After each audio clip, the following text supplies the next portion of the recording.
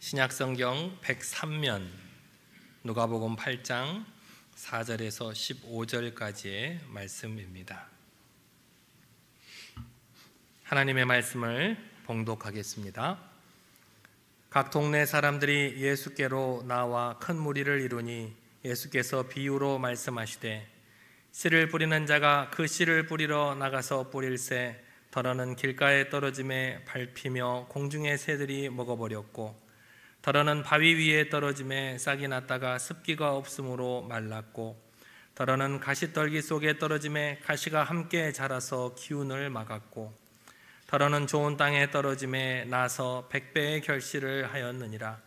이 말씀을 하시고 외치시되 들을 귀 있는 자는 들을지어다.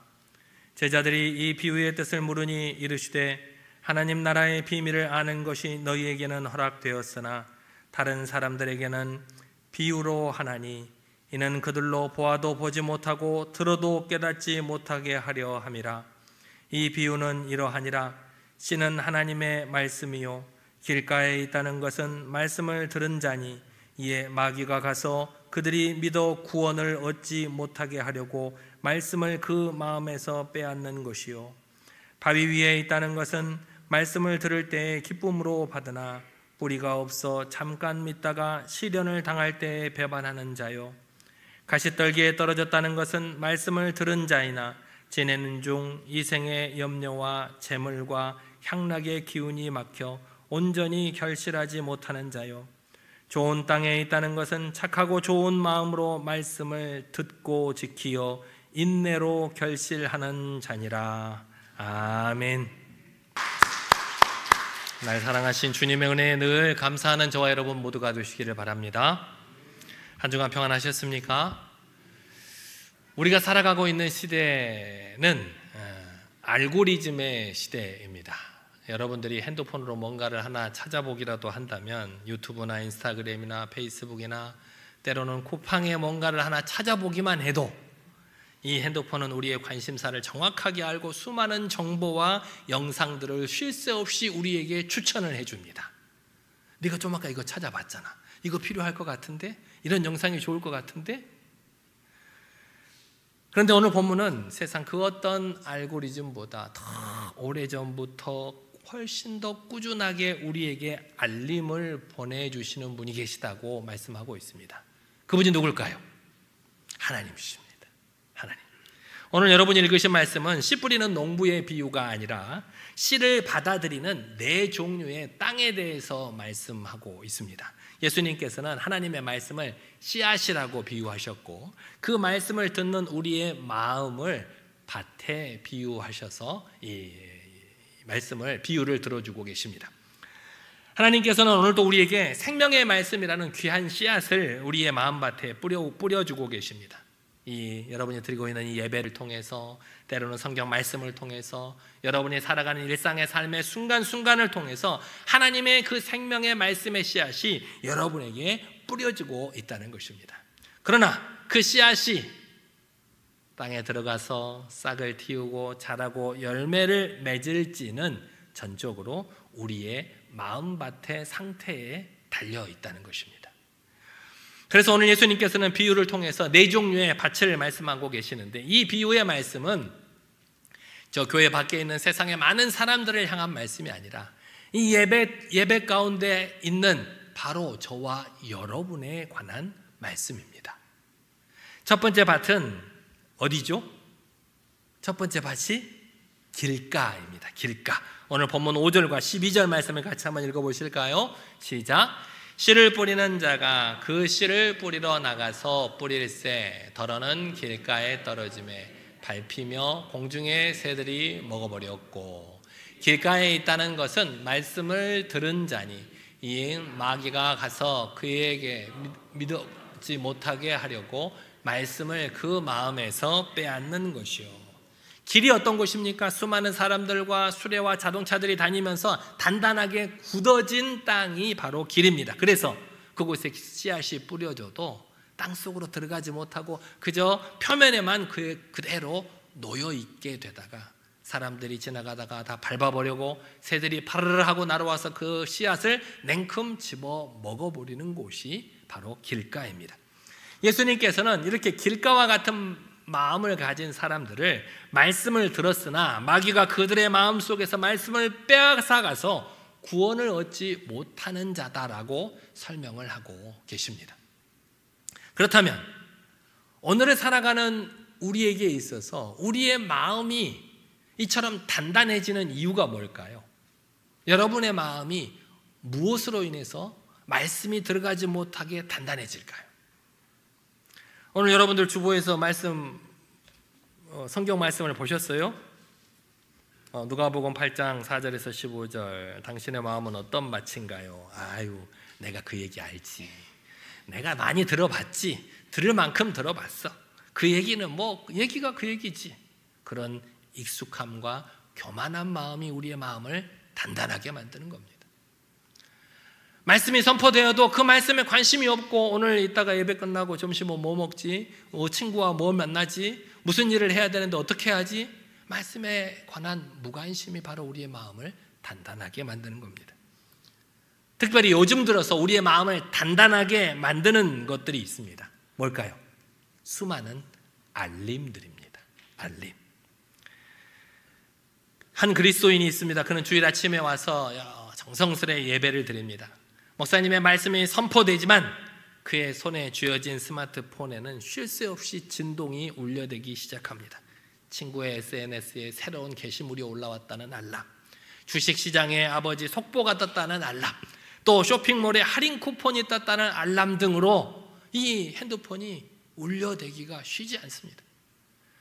목사님의 말씀에 귀를 기울이려고 하는 순간 또 다른 알람이 와서 내 시선을 빼앗아가 버립니다. 이렇게 그의 말씀의 씨앗이 떨어진다고 해도 그렇게 단단해진 그의 마음에 말씀이 들어가지 못하고 그저 겉돌고 있다가 세상 염려와 수많은 알람이라는 새들이 와서 쪼아먹어버리게 된다는 것입니다.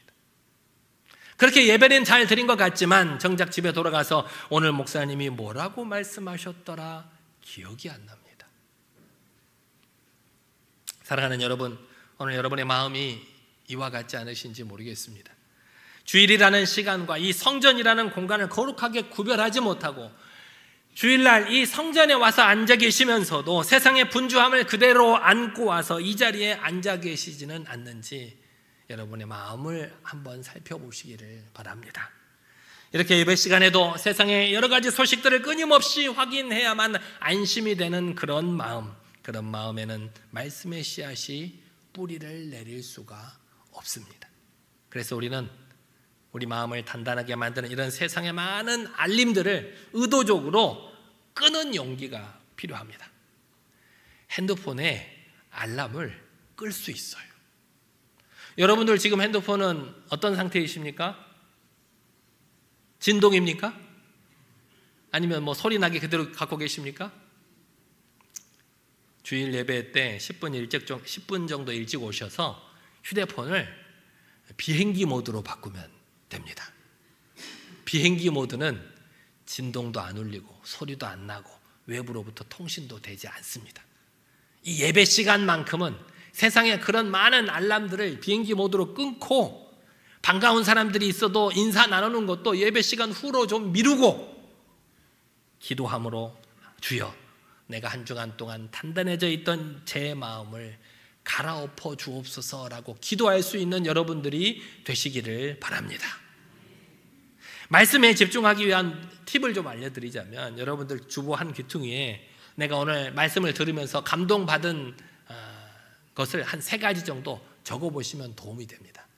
각자 말씀이 선포돼도 각자 감동받는 포인트가 다 달라요. 그래서 내가 오늘 말씀에 감동받은 부분이 무엇인가 한 3가지 정도 적어보시고 말씀 제일 끝에는 오늘 나의 한 줄 순종, 오늘 말씀에 나의 한 줄 순종은 무엇인가 그것들을 간략하게 적어보시면 말씀에 집중하는데 도움이 됩니다. 우리 피텍 항존직자들 교육받고 있는데 우리 피텍 항존 직분자들은 그렇게 하고 있습니다. 제가 그렇게 써서 저에게 항상 내에서 검사를 맡으라고 이렇게 얘기를 합니다. 그런데 이렇게 저에게 보내주신 걸 보면 저도 참 은혜를 많이 받습니다. 내가 지난주 말씀에 이렇게 하기로 결단을 했는데 이렇게 열심히 했더니 다들 좋아하더라. 또 감동을 받아요. 그렇게 열심히 한다고 했는데 못했네. 실망이다. 저도 마음이 안타까워서 같이 기도하게 됩니다. 그렇게 말씀에 집중하는 여러분들이 되시기를 바랍니다. 두 번째 말씀 바위입니다. 6절과 13절 말씀 같이 읽어보겠습니다. 시작. 더러는 바위 위에 떨어짐에 싹이 났다가 습기가 없으므로 말랐고, 바위 위에 있다는 것은 말씀을 들을 때 기쁨으로 받으나 뿌리가 없어 잠깐 믿다가 시련을 당할 때 배반하는 자요. 이런 바위 위에 밭은 실제로 딱딱한 바위만을 뜻하는 것이 아니라 바위 위에 얇은 흙이 깔려 있는 그런 밭을 말하는 것입니다. 그런 밭에 씨앗이 떨어지면 햇빛이 내리쬐을 때 바위가 데워지면서 흙도 따뜻해지기 때문에 그 어느 곳보다 가장 먼저 싹이 나게 마련입니다. 그런데 그 싹이 뿌리를 내리다가 무엇에 부딪힙니까? 얇은 흙 아래에 있는 바위 위에 부딪히게 되는 겁니다. 나의 의심, 나의 편견, 나의 중심, 나 중심이라는 단단한 바위에 부딪혀서 더 이상 뿌리를 깊이 내릴 수가 없게 된다는 겁니다. 그런 상태에서 따가운 햇볕과 같은 시련을 만나게 되면 어떻게 합니까? 내가 굳이 이런 꼴을 당하면서까지 신앙생활을 해야 되나? 그렇게 생각하면서 쉽게 믿음을 저버리게 된다는 겁니다. 이것은 감정적이고 즉흥적인 신앙을 의미하는 것입니다. 어떤 사람이 유튜브를 봅니다. 여러분은 유튜브 보셔요? 네, 여러분 유튜브에도 알고리즘이 여러분이 보는 것만 보도록 여러분을 이렇게 유도하고 있는데, 이 성도님은 은혜로운 간증 영상을 봤대요.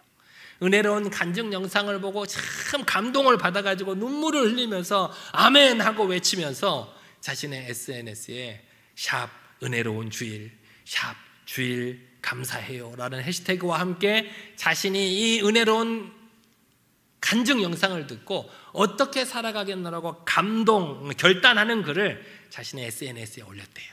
그러니까 주변의 사람들이 다 거기에 좋아요를 눌러주고 또 아멘이라는 댓글을 많이 달아주더랍니다.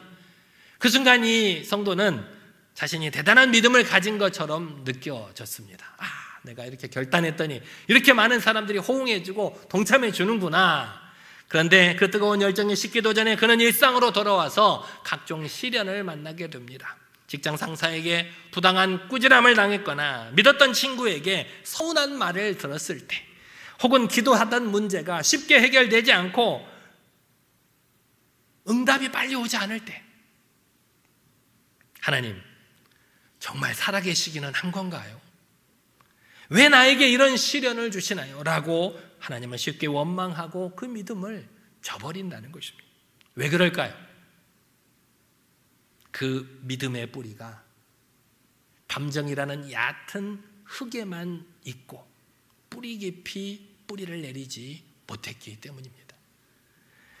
여러분의 신앙도 이렇게 순간적인 감정에만 의지하고 있지 않는지 여러분의 마음을 다시 한번 돌아보시기를 바랍니다. 진정한 믿음은 감정에 휘둘리지 않고 때로는 힘들고 어려운 고통스러운 현실 속에서도 그 말씀을 붙들고 인내함으로 하나님의 신실하심을 붙드는 것이 진정한 믿음입니다. 이렇게 우리 신앙이 반짝 신앙에 머물지 않도록 꾸준한 말씀 묵상과 또 그 삶을 나누고 기도하는 훈련을 통해서 여러분의 말씀의 뿌리가 여러분의 삶에 깊숙이 뿌리 내릴 수 있도록 훈련하는 저와 여러분 모두가 되시기를 바랍니다. 그리하여 여러분들도 고통 속에서도 고난 속에서도 흔들리지 않는 믿음의 성도들이 되시기를 바랍니다. 이렇게 우리 삶의 믿음의 뿌리가 깊이 내리기 위해서 말씀도 묵상하고 또 삶을 나누고 기도하는 훈련이 필요하다고 했는데, 그 중에 가장 또 중요한 게 아까 말씀에 집중하기 위해서 제일 마지막에 오늘 나의 한 줄 순종을 한번 적어보라고 말씀을 드렸잖아요. 그것들을 한번 적어보고 성공했다, 실패했다 적고 자기만 알고 있는 것이 아니라 자기와 가장 가까운 사람들에게 한번 서로 나누어 보는 거예요. 너는 이번 주 말씀을 듣고 무슨 결단을 했니? 했더니 어때? 잘 됐어? 안 됐어? 서로 가까운 사람들끼리 그런 것들을 나눠보는 게 참 중요합니다. 나는 이렇게 생각했는데 저희는 저렇게 생각을 했구나. 나는 이런 것도 해볼 생각을 못했는데 저런 것도 해볼 생각을 하는구나. 서로가 서로에게 도전이 되고 말씀의 깊이가 더 깊어지고 말씀의 뿌리가 우리 삶에 깊이 내려지게 될 줄 믿습니다. 세 번째 밭은 가시떨기 밭입니다. 7절과 14절 말씀 같이 한번 읽어보겠습니다. 시작. 더러는 가시떨기 속에 떨어짐에 가시가 함께 자라서 기운을 막았고, 가시떨기에 떨어졌다는 것은 말씀을 들은 자이나 지내는 중 이생의 염려와 재물과 향락의 기운이 막혀 온전히 결실하지 못하는 자요. 가시떨기 밭은 겉으로 보기에는 별다른 문제가 없는 것처럼 보입니다. 씨앗이 땅에 떨어져서 뿌리를 내리고 싹을 틔우고 잘 자라납니다. 교회 생활도 열심히 하고 봉사도 하고 직분도 있습니다. 하지만 문제가 무엇이냐? 말씀의 씨앗만 자라는 것이 아니라 그 주변에 있는 가시떨기들도 무성하게 한꺼번에 자라나서 결국에는 햇빛과 양분을 다 빼앗아 버리고 이 말씀의 씨앗이 열매를 맺지 못하도록 그 기운을 막아버리더라는 겁니다. 어떻게 보면 오늘날 가장 많은 성도들이 겪는 영적인 상태가 이런 상태일지 모릅니다. 우리는 하나님의 말씀을 믿고 말씀대로 살아가려고 노력합니다. 하지만 그렇다고 해서 저 세상에 있는 모든 것들을 다 내려놓지는 못합니다. 예수님께서는 오늘 말씀을 통해서 말씀의 씨앗이 뿌리 내리지 못하게, 열매 맺지 못하게 막는 가시떨기를 구체적으로 우리에게 가르쳐주고 계십니다. 그것들이 뭔가요? 여러분들 말씀을 다시 한번 보시면 세 가지가 있는데 뭐가 있습니까? 이생의 염려와 재물과 향락이라고 말씀해 주고 계십니다. 한 집사님은 신실한 크리스찬입니다. 사업을 하면서도 11조 생활도 열심히 하고 주일 성수도 잘하는 신실한 믿음의 사람입니다. 하지만 그의 마음속에는 항상 근심과 걱정이 있습니다. 내가 사업을 하고 있는데 이 사업이 잘 돼야 될 텐데, 번창해야 될 텐데, 내가 더 좋은 집으로 이사를 해야 될 텐데, 우리의 자녀들을 더 좋은 학원에 보내서 더 좋은 학교를 보내야 될 텐데, 이런 재물과 자녀에 대한 욕심과 염려로 내 마음이 가득합니다. 또 여러분의 주변의 여러 친구들을 만나면서 그 친구들과 뒤처지지 않기 위해서 새로운 드라마도 봐야 되고 최신 유행에도 관심이 많이 있습니다.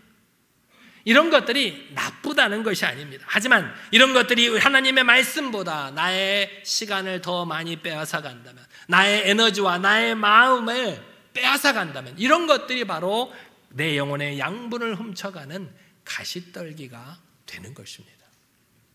말씀의 씨앗은 이 사람의 마음에 분명히 뿌리를 내리고 자라고 있습니다. 하지만 세상의 염려, 또 미래에 대한 염려와 세상의 향락과 같은 그런 가시떨기들이 더 무성하게 자라서 말씀이 우리에게 주시는 평안함과 감사의 열매를 맺지 못하도록 막아버리고 있다는 것입니다. 그래서 이 사람은 늘 분주합니다. 회사에서도 늘 분주하게 일을 하고 교회에서도 늘 분주하게 헌신하고 봉사하는 것 같지만 그는 늘 불안하고 영적으로 메말라 있는 자신을 발견하게 됩니다. 결국 가시떨기 밭에 떨어진 씨앗은 키는 멀대같이 클지 모르지만 열매를 맺지 못해서 쭉정이가 되고 만다는 것입니다. 그래서 우리는 매일 영적인 전정 작업을 해야 됩니다. 내 삶의 가장 중요한 우선순위가 무엇인지를 결단을 하고 그 외의 것들을 잘라내는 영적 전정 작업이 필요하다는 것입니다. 그렇게 내 삶의 우선순위를 결단하고 내 주변에 내 하나님의 말씀이 뿌리를 내리고 또 열매를 맺는 것을 방해하는 것을 과감하게 잘라낼 때 비로소 말씀이 주시는 참된 자유와 평안의 열매를 얻을 수 있게 될 줄 믿습니다. 마지막 네 번째 땅은 좋은 땅입니다. 8절과 15절 말씀인데 같이 읽어봅니다. 시작. 더러는 좋은 땅에 떨어짐에 나서 100배의 결실을 하였느니라. 좋은 땅에 있다는 것은 착하고 좋은 마음으로 말씀을 듣고 지키어 인내로 결실하는 자니라. 좋은 땅이 어떤 땅입니까? 돌멩이가 없고 가시떨기가 제거되고 부드럽게 잘 기경된 땅을 좋은 땅이라고 합니다. 이런 땅에 떨어진 씨앗은 그 씨앗이 뿌리를 깊이 내리고 튼튼하게 자라나서 마침내 풍성한 열매를 맺게 되는 것입니다. 예수님께서 이 좋은 땅의 특징을 세 가지로 말씀하고 계십니다. 말씀을 듣고 삶 속에서 지키고 인내로 결실하는 자, 그런 자가 좋은 땅을 가진 사람이라는 것입니다. 이것은 화려한 재능이나 특별한 은사를 말씀하는 것이 아니라 우리의 꾸준함과 성실함에 대한 이야기입니다. 매일 아침 잠시라도 세상의 많은 알람들을 끄고 조용히 하나님의 말씀을 펴는 사람, 자신의 감정과는 상관없이 꾸준히 기도의 자리를 지키는 사람, 삶의 문제가 있을 때 자신의 경험과 생각보다는 하나님께서는 이 문제를 어떻게 하시기를 원하실까, 그렇게 하나님께 먼저 묻는 사람, 그리고 가장 중요한 것은 자신이 원하는 결과, 자신이 기도했던 것이 빨리 응답되지 않더라도 포기하지 않고 말씀대로 살아가려고 애쓰며 인내하는 사람, 이런 사람이 바로 좋은 땅을 가진 사람입니다. 좋은 땅이라고 해서 잡초가 안 나고 벌레가 없는 땅이 아닙니다. 좋은 땅은 왜 잡초가 안 나고 벌레가 없을까요? 왜? 농부가 잘 가꾸기 때문입니다. 농부가 끊임없이 밭을 갈고 김을 메고 거름을 주면서 관리하기 때문에 그 땅이 잡초도 생기지 않고 벌레도 생기지 않는 좋은 땅이 되듯이 우리의 좋은 마음은 타고나는 것이 아니라 만들어지는 것이라는 사실을 잊지 마시기를 바랍니다.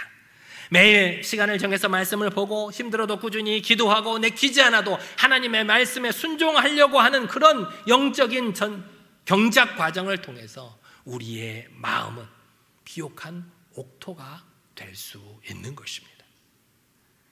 그리고 그 좋은 땅에서 마침내 사랑과 희락과 화평과 오래 참음과 자비와 양성과 충성과 온유와 절제와 같은 성령의 열매가 풍성하게 맺어지는 것입니다. 사랑하는 성도 여러분, 하나님께서는 오늘 또 동일하게 여러분에게 생명의 씨앗, 말씀의 씨앗을 뿌려주고 계십니다. 어떻게 보면 주님께서 너무 낭비하고 계시지는 않는가라고 여겨질 정도로 우리의 단단한 마음에, 때로는 우리의 얕은 마음에, 우리의 어지러운 마음에도 아낌없이 하나님의 말씀의 씨앗을 뿌려주고 계십니다. 중요한 것은 여러분의 마음입니다. 혹시 길가처럼 단단하게 닫힌 마음을 가지고 계시지는 않습니까? 돌파처럼 감정적인 신앙에만 머물러 있지는 않습니까? 가시덤불처럼 세상의 온갖 염려에 휘둘려 살고 있지는 않으십니까? 이 시간 정직하게 나 스스로에게 한번 물어보십시다. 지금 나의 마음은 어떤 밭인가? 이번 한 주간은 그래서 매일 내 마음밭이 어떤 밭인지를 점검해 보는 한 주간이 되셨으면 좋겠습니다. 매일. 왜냐하면 우리의 마음도 매일매일 달라지기 때문입니다. 그래서 오늘 하루날 내 마음이 길가와 같다면 회개의 쟁기로 내 마음밭을 갈아엎고 잠시라도 주님께 집중하는 훈련을 해보시는 여러분이 되시기를 바랍니다. 혹시 내 마음이 돌짝밭처럼 감정적인 신앙에만 머물러 있다면 하나님의 말씀을 공부하고 제자 훈련을 통해서 말씀의 뿌리를 내 삶에 깊이 내리기 위해서 노력하는 여러분이 되시기를 바랍니다. 내 삶이 가시떨기처럼 세상의 온갖 염려와 재물의 유혹에 휘둘리고 있다면 내 영적인 성장에 방해가 되는 모든 가시떨기들을 과감하게 잘라낼 수 있는 여러분들이 되시기를 바랍니다. 좋은 땅은 하루아침에 만들어지지 않습니다.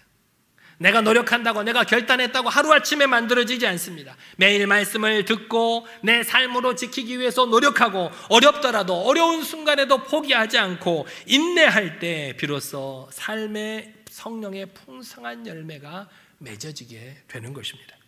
하나님께서는 오늘도 그리고 내일도 모레도 여러분의 마음밭에 하나님의 말씀의 씨앗을 뿌려주실 것입니다. 그 씨앗에는 문제가 없습니다. 누구에게는 좋은 씨앗을 뿌려주고 누구에게는 안 좋은 씨앗을 뿌려주는 게 아니라는 말씀입니다. 똑같은 씨앗을 뿌려주십니다. 문제는 우리의 마음에 있습니다. 우리 모두 착하고 좋은 마음으로 그 말씀을 온전히 받아들여서 100배의 풍성한 열매를 맺는 저와 여러분 모두가 되시기를 바랍니다. 그렇게 열매를 맺어서 여러분 때에 끝나는 것이 아니라 그 열매가 또 다른 씨앗이 되어서 저 세상을 향해서 흩뿌려지는 복음 전파의 사명을 온전히 감당할 수 있는 저와 여러분 모두가 되시기를 간절히 기도합니다.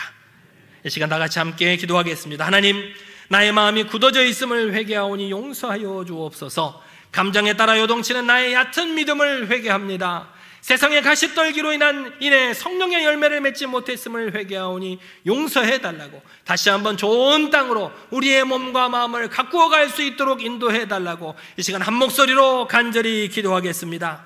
능력이 하나님 아버지, 어리석고 부족한 우리를 하나님의 거룩하신 말씀을 깨우쳐 주심에 감사를 드립니다. 아버지 하나님, 어두컴한 세상 속에 살면서 아버지 하나님, 내 마음밭이 길가와 같이, 때로는 아버지 돌짝밭과 같이, 때로는 가시덤불과 같은 밭으로 아버지 하나님의 말씀을 튕겨내고 있지는 않는지 내 자신을 돌아볼 수 있도록 인도하여 주시옵소서.